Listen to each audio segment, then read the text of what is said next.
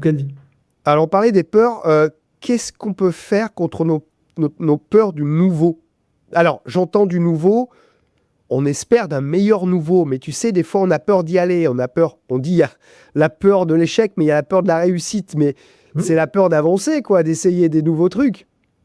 Alors ça, je pense que c'est très humain parce que c'est l'inconnu derrière. Voilà. Et puis aussi, dans le futur, puisqu'on parle du futur Ouais. en fait, on projette aussi beaucoup de choses du passé. Alors, de notre passé, parce on se fait des raccourcis. Tu sais, notre mental, il est très fort pour faire des raccourcis. C'est-à-dire qu'on a vécu une situation qu'on va considérer comme similaire et on va dire, bah, puisque j'ai vécu ça, je vais avoir la même conséquence. Pas forcément. C'est vrai. Moi, je donne souvent l'exemple de l'escalier en colimaçon. Quand tu montes un escalier en colimaçon, tu passes à la verticale de là où tu étais un tour ou deux tours avant. Donc, tu peux avoir l'impression de ne pas avancer, mais en fait, tu as monté. C'est juste que tu es à la verticale. Voilà. Donc, c'est l'image qui est intéressante. Et puis après, c'est aussi cette peur-là, elle peut aussi... Alors, il y a plein d'aspects qui peuvent expliquer tout ça. Mais disons que souvent, c'est lié à la confiance en soi.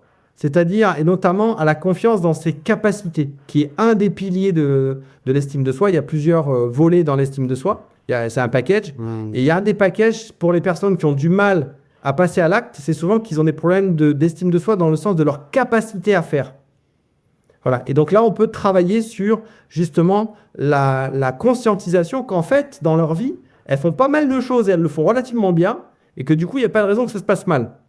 Voilà. Il y a les histoires de mémoire aussi, effectivement. Les vieux démons là, de « Ah là là, je me suis cassé la binette quand j'avais 4 ans et du coup, j'ai plus trop envie de remonter sur le vélo. » Voilà. Donc, il y a plusieurs aspects qui peuvent parler de ça. Et le dernier qui est le plus important, je l'ai gardé pour la fin, c'est que le seul temps qui est opératique, c'est le présent. La seule chose qu'on peut changer et qui amène du changement, c'est le présent.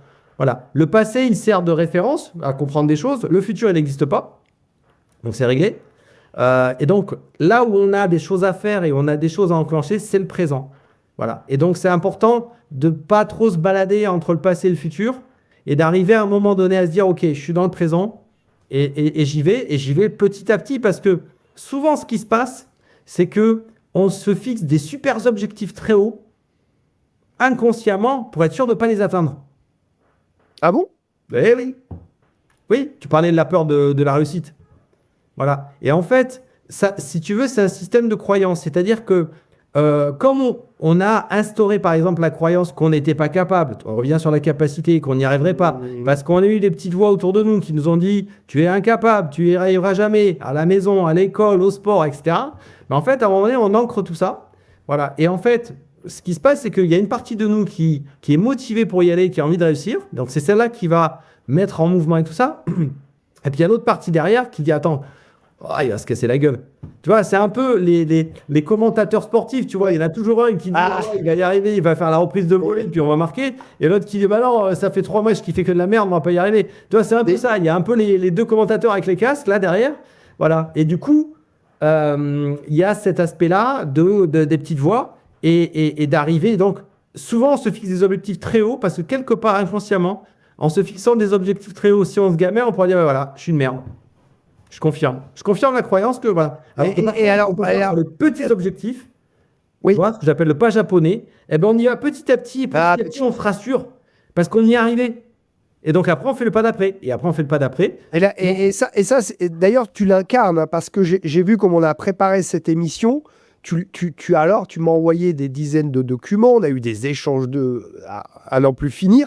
C'est-à-dire que et pourtant, tu as ta vie, tu as des activités à côté, mais c'est-à-dire que tu as dit, tiens, là, on se fait une interview, j'y vais à fond, c'est le moment présent, c'est ce qui se passe. Enfin, j'ai bien sûr toutes mes consultations à côté, mais là, je me donne pleinement dans ce truc-là, puisqu'il est là, c'est le maintenant. C'est ça. Et en fait, c'est très important. Quand on le fait, on le fait. Et on le fait à fond et on le fait bien, on le fait avec le plaisir, on le fait avec l'énergie qu'on a décidé de mettre. Il y a la notion de préparation. Moi, j'ai une règle de base, c'est que je prépare toujours mes rendez-vous. Quand, par exemple, j'ai un coaching, même si j'ai eu 7 séances avant, des fois, il y a des coachings qui sont plus ou moins longs, je relis mes 7 comptes rendus. Parce que je me réimprègne de ces comptes rendus. Tu sais, J'ai l'exemple d'une cliente que j'accompagne qui avait une problématique avec son bras droit. C'est une chef d'entreprise. Sur le premier rendez-vous, elle me parle de sa maman. Elle utilise un mot, c'est bizarre qu'elle utilise ce mot-là, un mot qui est quand même assez particulier. Et 2-3 séances après, elle me parle de sa collaboratrice avec qui ça coinçait un peu. Elle utilise le même mot. Si j'avais pas relu les comptes rendus, j'aurais pas, et puis je l'avais mis en rouge dans mon compte rendu. Bizarre ce mot. Paf, elle me le ressort, j'ai dit ok, j'ai compris le lien. En fait, ce qui pose problème dans la relation avec sa collaboratrice, c'est qu'il y a inconsciemment un transfert entre sa mère et elle. Voilà, et on a travaillé là-dessus. On n'a pas fait de management, parce qu'au départ, elle voulait que je lui fasse une formation en management. Et moi, je lui ai dit, ça ne vous servira à rien. Voilà. Et en fait, rien qu'en détricotant cette histoire qui lui appartenait à elle, ça a recadré la relation avec sa collaboratrice et les choses se sont remises en place.